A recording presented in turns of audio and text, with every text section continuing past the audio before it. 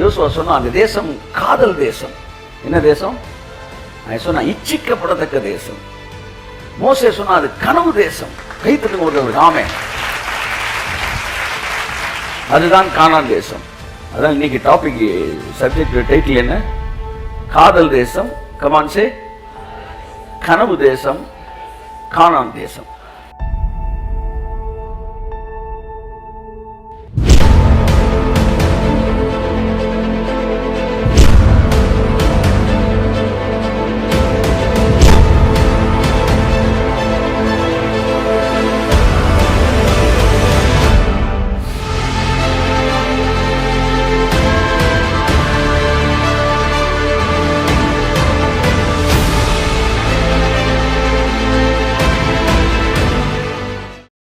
என் அன்புக்குரியவர்களே, தேவன் மனசுல ஒரு ஒரு ஒரு ட்ரீம் இருந்துச்சு.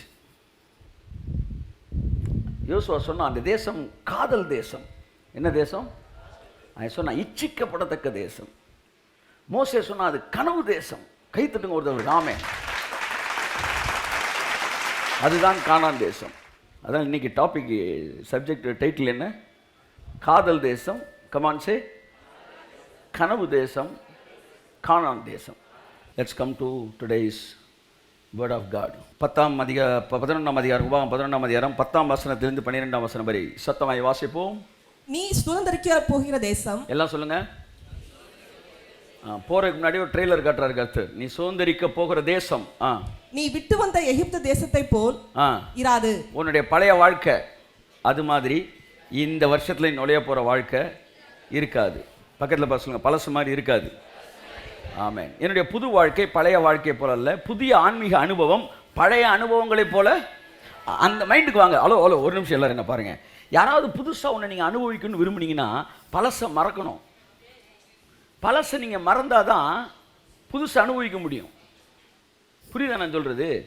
கழுகுக்கு சமானமாக என் வயது மறுபடியும் வாழ வயதாகணும்னா அந்த கழுகு என்ன செய்யுது? புது இறகுகள் முளைக்க வேண்டும் என்றால் பழைய இறகுகள் உதிர வேண்டும். அப்போ பழைய வெளிப்பாடுகள், பழைய அனுபவங்கள், பழைய காரியங்களை நீங்கள் தட்டி தட்டி தட்டி விட்டா தான் புது விஷயத்தை நீங்கள் அங்கீகரிக்கும் போது புதிய சிறகுகள் முளைக்கிறது. அப்போ கர்த்தர் சொல்கிறாரு, உன்னை இன்னொரு லேண்டை கூட்டு போக போகிறேன்பா தம்பி, புது லேண்டை கூட்டு போக போகிறேன். அது நீ விட்டு வந்த எகிப்து தேசத்தை போல அல்ல, நீ இருந்து கொண்டிருக்கிற வனாந்திரத்தை போலவும் அல்ல. வாசிங்க. அங்கே நீ விதையை விதைத்து. அங்கே எல்லாம் சொல்லுங்க. அங்கே. அடுத்து பேச போறது இங்கே. அங்கே நீ விதையை விதைத்து. நீ விதையை விதைத்து அப்படி வாசிக்கூடாது.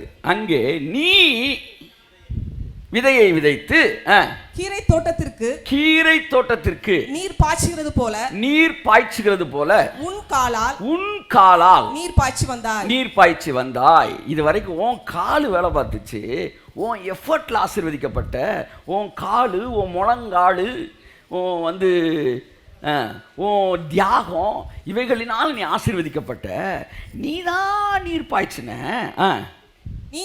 நீங்கள் சுதந்தரிக்க போகிற தேசமோ. ஆனால் இப்ப நீ சுதந்தரிக்க போற தேசம் இளைப்பாறுதலின் தேசம்.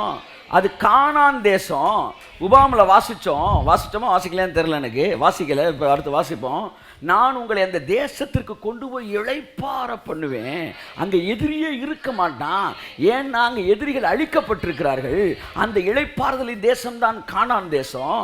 புதிய ஏற்பாட்டில் இயேசு சொல்றாரு, வருத்தப்பட்டு பாரம் சுமக்கிறவர்களே நீங்கள் எல்லாரும் என்னிடத்தில் வாருங்கள், நான் உங்களுக்கு இளைப்பாறுதலை தருவேன் என்றார். பழைய ஏற்பாட்டில் கானானை தருவேன் என்றார். புதிய ஏற்பாட்டில் இளைப்பாறுதலை தருவேன் என்றார். பழைய ஏற்பாட்டில் கானான் என்றால் இளைப்பாறுதல் என்றால், புதிய ஏற்பாட்டில் இளைப்பாறுதல் என்றால் அவ்வளவுதான். அங்கே கானானுக்குள் அவர்கள் இருந்தார்கள், இங்கே நமக்குள்ளே கானானை தேவன் கொடுத்தார். இப்ப அது உள்ள இருக்க இன்விசிபிள் கானானு இப்ப விசிபிள் கானானா மாறப்போகுது. அதுதான் அடுத்த கட்ட யுகம். இப்ப அங்க இருந்த நம்முடைய வாழ்க்கையில கிறிஸ்துவுக்கு முன்னாடி இருந்தப்ப நம்முடைய சொந்த முயற்சியிலே அழகா சொல்கிறார் பவுல், அநேகரை போல நாங்கள் திருவசனத்தை கலப்பாய் பிரசங்கி. ஒரு விசில், ஒரு கைத்தட்டே. அப்படி போ லென்த் டியூரேஷன் கூடுது. திருவசனத்தை கலந்து கொடுத்தாங்களாம்.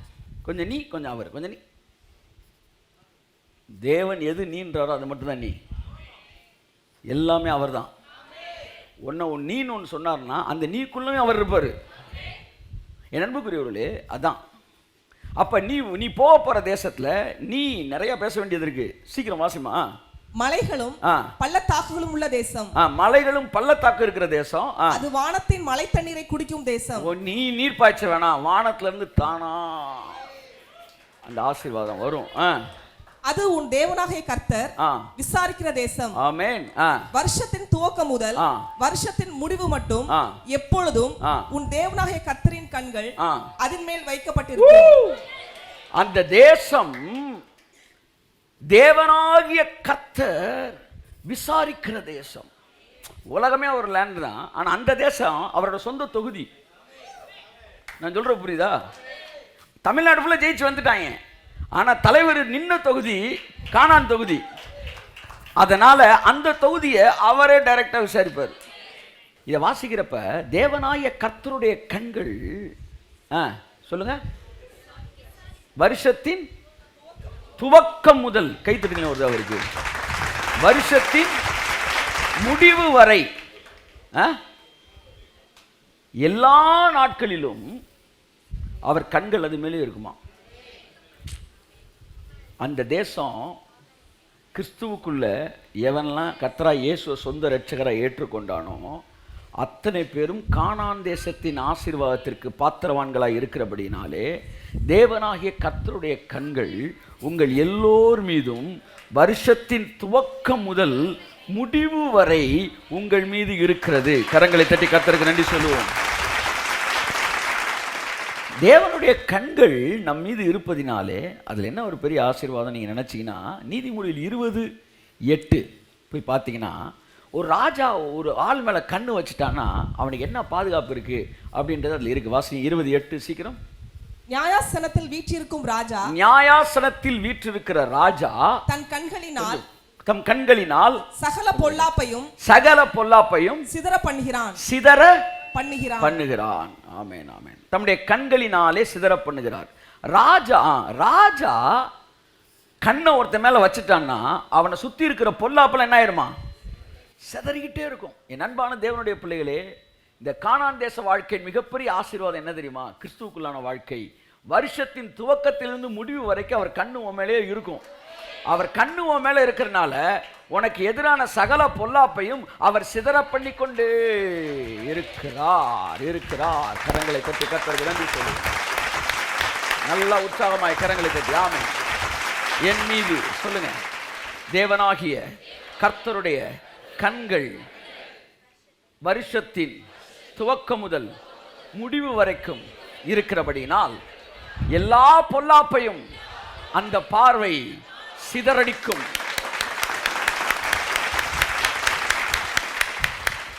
ஆமென். சோ இப்படி தேவனுடைய கண்கள் அது மேல இருக்குமா? அடுத்து வாசிங்க. அது முடிஞ்சு. தேவனாய கர்த்தருடைய கண்கள் இரவும் பகல் அது மேல இருக்கும். அது மலைகளும் பள்ளத்தாக்கும் இருக்கிற தேசம். அது வானத்து மழை தண்ணி வரும். விதை அங்கேயும் விதைச்ச இங்கேயும் விதைக்கிற, ஆனா அங்க தண்ணி நீ பாய்ச்சன, இங்க நான் பாய்ச்சுறேன். விதைய விதைக்க வேணான்னு சொல்லலை. அங்கே நீ விதைச்சு நீ தண்ணி பாய்ச்சின, இங்கே நீ விதைக்க வேணான்னு சொல்லலை, இங்கே தண்ணி பாய்ச்ச வேணான்றாரு. விதை அது உன்னுடைய விருப்பம். ஏன் அதை விட்டுட்டாருன்னா, உன் இமேஜினேஷனுக்கு அதை விடுறேன். எத்தனை ஏக்கர் நீ அறுக்கணும்னு நினைக்கிறியோ அத்தனை ஏக்கர் நீ விதைச்சிக்க. நான் எல்லாத்தையும் விளைய பண்ணுகிற தேவன். நீ செய்கிற எல்லா காரியங்களையும் அவர் பிளஸ் பண்ணுவார் இந்த வருஷம். ஏன்னா உங்கள் மேலே ஒரு அபிஷேகம் இருக்கிறது. உங்கள் மேலே ஒரு அபிஷேகம் இருக்கிறது. ஆமென் சொல்லுவோம். அப்போ இப்போ சமீப காலமாக என்ன நடந்துகிட்டு இருக்கு, ஃபிட்னஸ் எல்லாம் விட்னஸாக மாறுது. எல்லாம் இப்போ நேற்று ஒரு 4 சாட்சி அனுப்புகிறேன். அப்படி ஒரு ஹிந்தியில் பேசுகிறேன். என்னென்னா, நான் இங்கே வரும்போது இந்த மாதிரி வயிற்றில் கட்டியோடு வந்தேன், ஆனால் இவங்க சொல்கிற பாசிட்டிவ் வேர்ட்ஸ்லாம் கேட்க எனக்கு ஒரு பாசிட்டிவ் வைப்ரேஷன் வருது. இங்கே ஃபேட் டு ஃபிட் சென்டரில் நான் இது பண்ணும்போது என் கட்டிகள் மறைந்துருச்சுன்றாங்க. சரிங்களா? நான் சொன்னேன், எத்தனை பேர் காம்படிட்டர் வரலாம், ஆனால் நீங்கள் செய்கிறதா இங்கே செய்ய முடியாது பேட்டி. ஏன்னா உங்கள் மேலே ஒரு அபிஷேகம் இருக்குது. நீங்கள் கையிட்டு செய்கிற எல்லா காரியத்தையும் தேவனாய கர்த்தர் இந்த வருஷம் பெருக பண்ணுவார், ஆசீர்வாதத்தை கட்டளையிடுவார். நீங்கள் அவுட்ஸ்டாண்டிங்காக தான் நிற்பீங்க. Because he has crowned you with abundance and blessings. முடிசூட்டிட்டாரு. இந்த கானான் தேசத்துல வந்து தேவனுடைய கிருபை என்னன்னா, அவருடைய கண்கள் எப்பவுமே உங்க மேல இருக்கும். நீங்க தூங்கினாலும் எந்திரிச்சாலும் அவர் கண் உங்க மேலே இருக்கு. பொல்லாப்ப சிதற பண்ணிக்கிட்டே இருப்பாராம். ஆமா, கூடு கட்டவே விடமாட்டாரு, சிதறிக்கிட்டே இருக்கும். உடனே டெலிட்டு, உடனே டெலிட்டு. ஒன்றும் நடக்காது. எல்லாம் சொல்லுங்க, ஒன்றும் நடக்காது. எங்களுக்கு விரோதமான எந்த ஆயுதமும் அது உருவாக்கப்படுகிற இடத்திலே வாய்க்காமல் போகும். ஆமென், ஆமென், ஆமென், ஆமென். அதுதான் இந்த கானான் வாழ்க்கை. இந்த கானான் வாழ்க்கைக்குள்ள இருக்கிற ஒரு 7 ஆசீர்வாதத்தை மட்டும் இன்னைக்கு நான் பேசிட்டு முடிக்க விரும்புகிறேன். இந்த லேண்டுக்கு பேர் ட்ரீம் லேண்டு. ஏன்னா இவங்க நினைச்சு பார்க்குறது ஒரு நல்ல வாழ்க்கை. அதை தான் இந்த வருஷத்துலேருந்து நம்ம அனுபவிக்க போகிறோம். உங்களை ரட்சிப்பிலேருந்து கூட்டிகிட்டு வந்தார்ல, இது வரைக்கும் நீங்கள் இந்த வனாந்திர வாழ்க்கை இயேசு ஏற்றுக்கொண்ட பிறகு பிரமாணத்தில் இருந்தது ஒரு வனாந்திர வாழ்க்கை. அதாவது அன்றன்ற காலையில் நீ அன்றன்ற ஆகாரத்தை பெறுவது. ஆனால் கானான் யோர்தானை கடக்கும்போது, யோர்தான் என்பது மரணம், அதாவது சாவு, சுயத்துக்கான சாவு வந்த பிறகு நீங்கள் கானானுக்குள் போகிறீர்கள். அதுதான் புதிய ஏற்பாட்டு வாழ்க்கை. அதனால தான் அந்த வசனத்தை இந்த வருஷ தொடக்கத்தில் வாசித்தோம். அந்த வசனத்தை வாசிக்க விரும்புகிறேன். உபாகம் 1ஆம் அதிகாரத்தில் நீங்கள் இந்த மலை நாட்டை சுற்றி வந்தது, வாசிங்க 1:5ஆம் வசனம். 5ஆம் வசனம், யோர்தானுக்கு இப்புறத்தில் இருக்கிற மோவாபின் தேசத்தில். ரொம்ப முக்கியம். யோர்தானுக்கு, இங்க பாருங்க, எகிப்திலிருந்து வெளியே வந்த பிறகு 2 வாழ்க்கை இருக்கு. எல்லாம் சொல்லுங்க. எகிப்திலிருந்து வெளியே வர்றது என்ன வாழ்க்கை? பாவத்திலிருந்து விடுதலை பெற்ற பிறகு 2 வாழ்க்கை இருக்கு. எல்லாம் சொல்லுங்க. சொல்லுங்க சார். இப்ப நம்ம ரட்சிக்கப்பட்ட பிறகு 2 வாழ்க்கை இருக்கு. என்ன வாழ்க்கைனா, ஒன்னு யோர்தானுக்கு இங்கிட்டு. எல்லாம் சொல்லுங்க. அடுத்து யோர்தானுக்கு அங்கிட்டு. எங்கே அங்கேன்னு சொல்ல மாட்டீங்களா? இதுதான் பதியம். யோர்தானுக்கு இங்கிட்டு, அடுத்து யோர்தானுக்கு. ரட்சிக்கப்பட்ட பிறகு 2 வாழ்க்கை இருக்கு. இங்கிட்டு வனாந்திர வாழ்க்கை, அங்கிட்டு கானான் வாழ்க்கை. இந்த யோர்தான் தான் நான் என்கிற சுயம் அழிகிற வாழ்க்கை. செங்கடலிலே வந்து பிசாசு அழிந்தான், யோர்தானிலே சுயம் அழிந்தது. ரட்சிக்கப்பட்ட பிறகு சிலருக்கு சுயம் இருக்கும் பாருங்க. நாங்களாம் முழங்கால் போட்டோம்னா சார் அசைச்சிருவோம் சார். எங்க உபவாசத்துக்கு மாதிரி எவனும் நிற்க முடியாது சார். சார் நாங்கள் வந்து ஏரியா ரவுடி மாதிரில பார்ப்பேன் சார். நாங்களாம் பயங்கரமானவங்க சார். நாங்கள் ஜபத்தில் இப்பெல்லாம் பேசினா இவர் எகிப்திலேருந்து வந்துட்டார், ஆனால் யோர்தானுக்கு இங்கிட்டு இருக்காரு. அதனால தான் வாழ்க்கையே வனாந்தரமாக இருக்குது. அப்பப்போ ஜெபிச்சு, அப்பப்போ வாங்கிட்டு, அப்பப்போ கதறி, அப்பப்போ அடி வாங்கி. ஆமாம், எத்தனை பேர் செத்துருக்காங்க வனாந்திரத்தில். இது எல்லாமே யோர்தானுக்கு இங்கிட்டு நான் என்கிற மமதையோடு வாழ்கிற வாழ்க்கை. ஆனால் யோர்தான் என்றால் மரணம். ஏன் யோர்தானில் ஞானஸ்நானம் கொடுத்தாங்க? சுயம் அங்கே அழிக்கப்படுகிறது. யோர்தானில் முங்கின போது சுயத்துக்கு ஒரு மரணம் வருகிறது. அது யோர்தானை தாண்டின உடனே கானான் தெரிகிறது. அது கிறிஸ்துவுக்குள்ளான வாழ்க்கை. ஆமென் சொல்லுங்க. இதுதான் கானான் வாழ்க்கை. அப்ப கர்த்தர் சொல்றார், யோர்தானுக்கு இப்புறத்தில். மோசே சொல்றான், வாசிங்க சீக்கிரம். மோசே இந்த நியாயப்பிரமாணத்தை விவரித்து காண்பிக்க தொடங்கி, ஓரேபிலே நம்முடைய தேவனாகிய கர்த்தர் நம்மோட சொன்னது என்னவென்றால், நீங்கள் இந்த மலை அருகே தங்கி இருந்தது போதும். எல்லாம் சொல்லுங்க. மலை. எல்லாம் சொல்லுங்க. என்ன மலை? என்னங்க நீங்களாம் அங்கே போயிட்டீங்கன்னா எனக்கு சரிது. என்ன மலை? சீனாய் மலை. நீங்கள் மலை அருகே தங்கி இருந்தது போதும். எல்லாம் சொல்லுங்க. வாட் இஸ் மென்ட் பை மலை அருகே தங்கி இருப்பது? சீனாய் மலை. பிரமாணங்களில் ஆசீர்வாதங்களை வாழ்ந்த வாழ்க்கை போதும். கொடுத்து வாங்கின வாழ்க்கை போதும். ஆமாம், கீழ்ப்படுதல் என்கிற பெயரில் உங்கள் சரீரத்தை ஒடுக்கி அதன் மூலமாக ஆசீர்வாதங்களை வாங்கும்படிக்கு நீங்கள் செய்த அந்த மலை அருகே தங்கி இருந்தது போதும். அடுத்து நீங்கள் திரும்பி பிரயாணம் புறப்பட்டு எமோரியரின் மலை நாட்டிற்கும் அதற்கு அடுத்த எல்லா சமனான வெளிகளிலும் குன்றுகளிலும் பள்ளத்தாக்குகளிலும் தென் திசையிலும் கடலோரத்திலும் இருக்கிற கானானியரின் தேசத்துக்கும் லீபனோனுக்கும் ஐபிராத்து நதி என்னும் பெரிய நதி வரைக்கும் போங்கள். பார்த்தீங்களா? கானான் தேசத்துக்கு போ. ஐயோ, கானான் வந்து கெட்டவங்க சார். கெட்டவங்கிட்ட போன்னு சொல்லல. கெட்டவங்க வாழ்ந்துகிட்டு இருக்க அந்த வாழ்க்கை தரம் இருக்கு பத்தியா? கெட்டவர்கள் அனுபவித்துக் கொண்டிருக்கிற ஆசீர்வாதம் இருக்கு பத்தியா?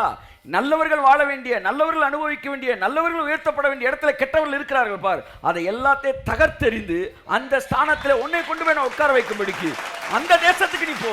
அதுக்கு அந்த பெரிய நதிட்ட போ. அது ஆவியானவருடைய அனுபவம். In spirit life.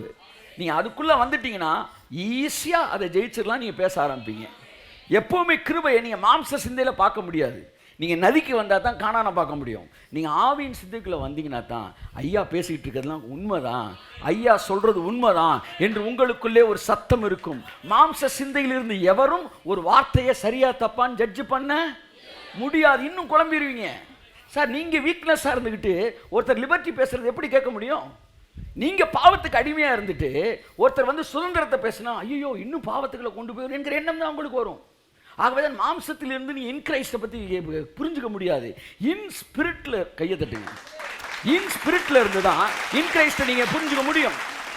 அதுக்கு தான் நீ கானானுக்கு போனோம்னா நதிக்கு போ. அல்லையா சொல்லுங்க. ஆமென். நதிக்கு போங்க. அடுத்து வாசிங்க. இதோ இந்த தேசத்தை உங்களுக்கு முன்பாக வைத்தேன், நீங்கள் போய் உங்கள் நல்வாழ்வுக்காக பேசிக் கொண்டிருக்கிறேன். உங்களுடைய இன்னொரு கட்ட வாழ்க்கைக்குள் உங்களை அழைத்து செல்வதற்காக ஆவியானவர் பேசிக்கிட்டு இருக்கிறார். வாசிங்க. நீங்கள் போய் கர்த்தர் உங்கள் பிதாக்களாகிய ஆபிரகாமுக்கும் ஈசாக்குக்கும் யாக்கோபுக்கும் அவர்களுக்கு பின்வரும் அவர்கள் சந்ததிக்கும் ஆணையிட்டு கொடுத்த அந்த தேசத்தை. பாத்தீங்களா, அந்த காலத்துல ஆணையிட்டு கொடுத்தது. நம்முடைய முற்பிதாக்கள் ட்ரீம் பண்ணி பார்த்தது. எப்படி இந்த பூமி வானமாக மாறும், பரலோகத்தில் நம்முடைய சித்தம் செய்யப்படுகிறது போல பூமியில் நம்முடைய சித்தம் செய்யப்படுவதாக என்கிற அந்த கனவை முற்பிதாக்களுக்கு கொடுத்த அந்த ஆணையிட்ட அந்த வாழ்க்கையை, முற்பிதாக்களுக்கு நீங்கள் ஆணையிட்டு கொடுத்த, தேவன் ஆணையிட்டு கொடுத்த அந்த தேசம், அந்த வாழ்க்கை உங்களுக்கு முன்பாய் காத்திருக்கிறது. அதுக்கு தான் தீர்க்கதரிசி இன்னைக்கு உங்கள்கிட்ட பேசி உங்களை எல்லாம் வாங்கடா அந்த தேசத்துக்கு. அந்த காலத்தில் தீர்க்கதரிசிகள் ஜனங்களை கூட்டிட்டு போனாங்க தேசத்துக்கு. இந்த காலத்தில் தேவன் தீர்க்கதரிசிகள் அந்த வாழ்க்கையை உங்களுக்குள்ள கொண்டு வராங்க. உன் வேலை ஜஸ்ட் கையை உயர்த்தி ஆமென், ஐ ரிசீவ் இட். பாருங்க என்ன சொல்றாரு, அந்த தேசத்துக்கு போவோம். Dream land. அது உங்க ட்ரீம் லேண்ட் இல்ல சார், அது அவர் ட்ரீம் லேண்ட். அந்த ட்ரீம் தான் இப்ப நமக்குள்ள வந்திருக்கு. வியாதியே இல்லாத ஒரு மதுரை, வியாதியே இல்லாத ஒரு தமிழ்நாடு, வியாதியே இல்லாத ஒரு தேசம், வியாதி இல்லாத ஒரு உலகம், கண்ணீர் இல்லாத ஒரு உலகம், கவலை இல்லாத உலகம். இந்த உலகத்தில் வியாதியில் படுகிற ஜனங்கள் படுகிற உபத்திரவங்களை போலவே அல்லது அதைவிட வைத்தியத்தினால் படுகிற உபத்திரவம் அதைவிட கொடூரமாக இருக்கிறது. தேவன் கை வச்சார்னா அழுதுகிட்டு சோமாக மாட்டார், சிரிச்சுக்கிட்டே சோமாயிருவ. வைத்தியர்கள் உங்களை சுகப்படுத்தும் போது ஒரு அழுகையோடு உங்களை சுகப்படுத்தலாம், ஆனால் தேவன் உங்களை சுகப்படுத்தும் போது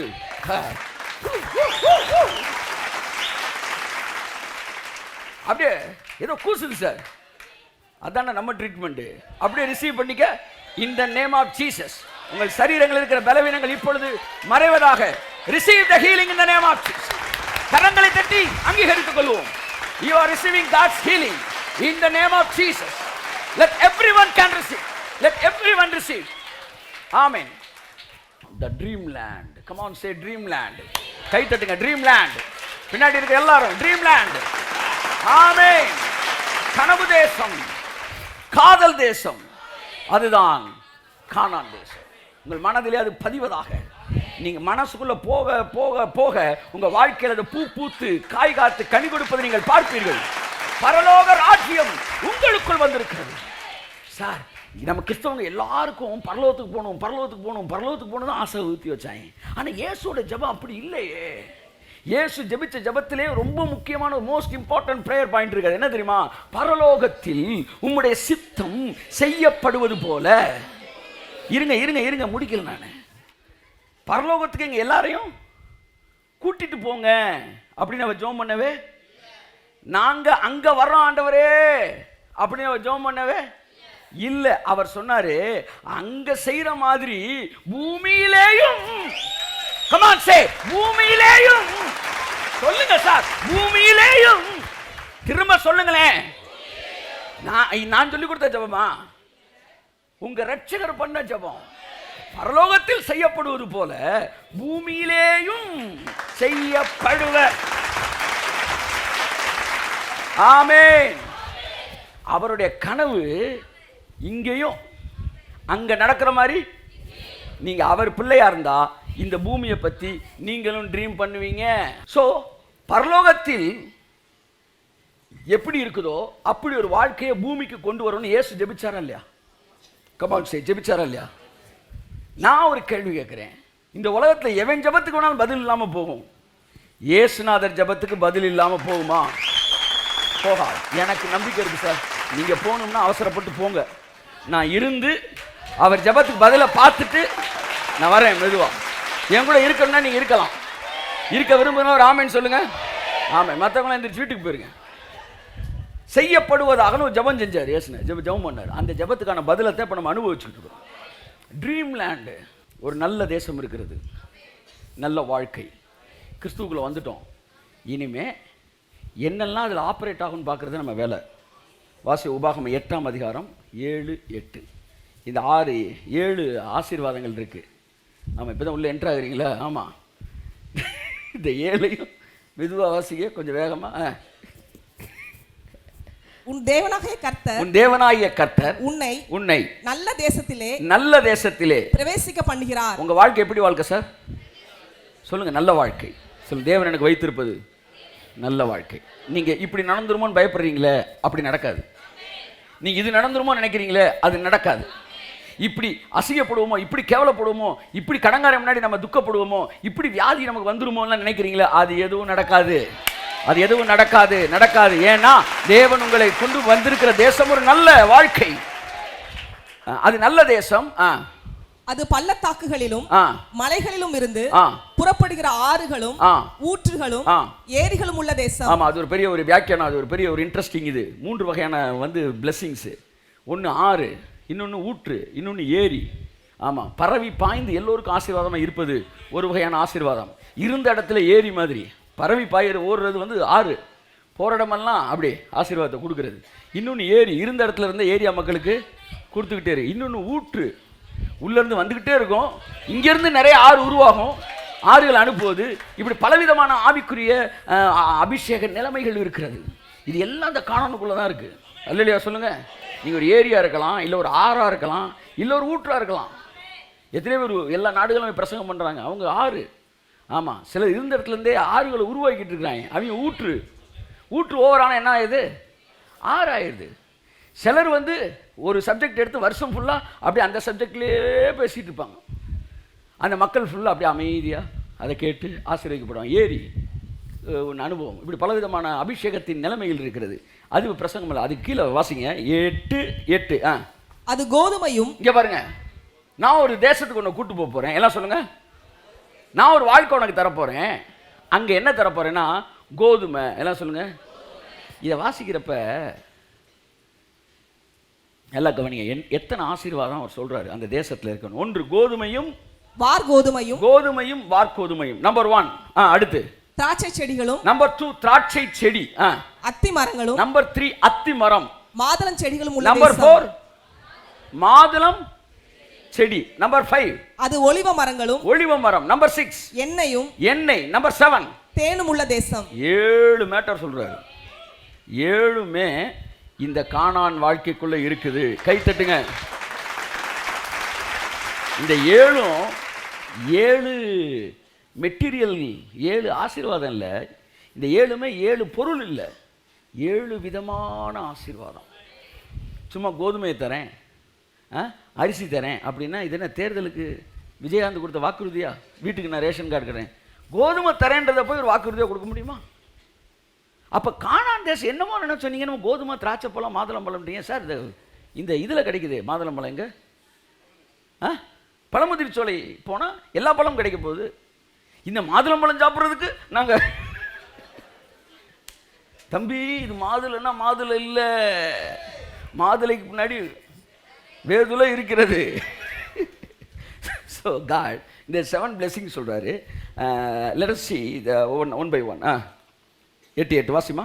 கோதுமையும், அது கோதுமையும் வார் கோதுமையும். இங்கே பாருங்க, வாசித்துட்டு கடைசியாக முடிக்கிறார்ல, அதை சேர்த்து வாசிக்கணும். 7 வாசி. கடைசி என்ன வருது? கடைசி வரி என்ன வருது? தேனும் உள்ள தேசம். அப்போ ஒன்றா வாசிக்கும்போது என்ன சொல்லணும்? கோதுமையும் வார்கோதுமையும் உள்ள தேசம். வாசிங்க. Point number 1. அது கோதுமையும் வார்கோதுமையும் உள்ள தேசம். அது கோதுமையும் உள்ள தேசம். கோதுமை அப்படின்னா பைபிளை நீங்க வாசித்தீங்கன்னா கோதுமைக்கு என்ன மீனிங்னா சாட்டிஸ்ஃபைட் லைஃப். கானான் வாழ்க்கைன்னா என்ன தெரியுமா? திருப்தியான வாழ்க்கை. ஏக்கம், தாகம் எதுவுமே இல்லை, கம்ப்ளீட்டாக இருக்கமியா, கும்முன்னு இருக்கமியா. கோதுமைன்னா அதுக்கு அர்த்தம் என்ன? திருப்தி.